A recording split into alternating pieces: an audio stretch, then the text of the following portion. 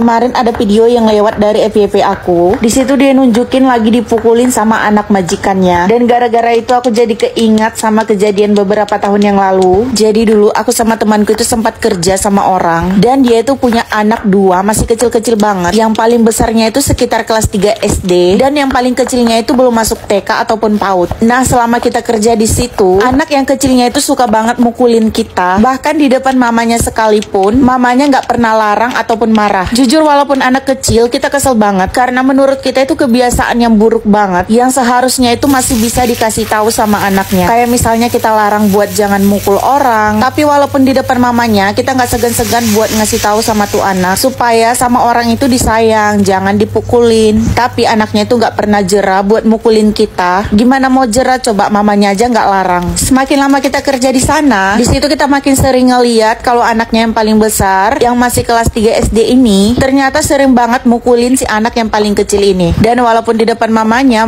itu nggak pernah ngelarang. Bahkan walaupun si anak paling kecil ini udah terbanting. Setelah kita tanya sama mamanya ini, kata mamanya anak-anaknya cuma butuh perhatian dari dia, sementara dia nggak punya waktu buat ngobrol sama mereka ataupun buat main. Dari situlah mamanya ini ngebiarin anaknya buat lakuin hal yang mereka suka, karena dia sadar dia nggak ada hak untuk melarang. Soalnya dia pun nggak pernah ada waktu untuk anak-anaknya. Jujur itu alasan yang gak masuk akal banget buat kita, karena anak kecil kalau kasar itu gak bisa dibiarin, apalagi teman-temannya juga sering dipukulin. Bahkan ada anak bayi yang main ke rumahnya pun itu sampai dicubitin semua sama dia. Anehnya mamanya ini gak pernah larang juga, walaupun si mamanya si bayi ini tadi udah menjerit. Itu salah satu alasan bikin kita gak betah kerja sama dia. Kita ngerasa dia biarin anaknya mukulin orang, tapi dia juga biarin kalau anaknya dipukul sama kakaknya. Entah bentuk kasih sayang apa itu. Nah, setelah beberapa lama kejadian itu, gak sengaja waktu aku masuk ke dalam rumah mereka, saat itu suaminya tadi lagi tidur-tiduran di ruang depan. Nah, pas aku lewat, saat itu aku mau ke arah dapur, ketepatan anaknya yang paling besar tadi berdiri di depanku.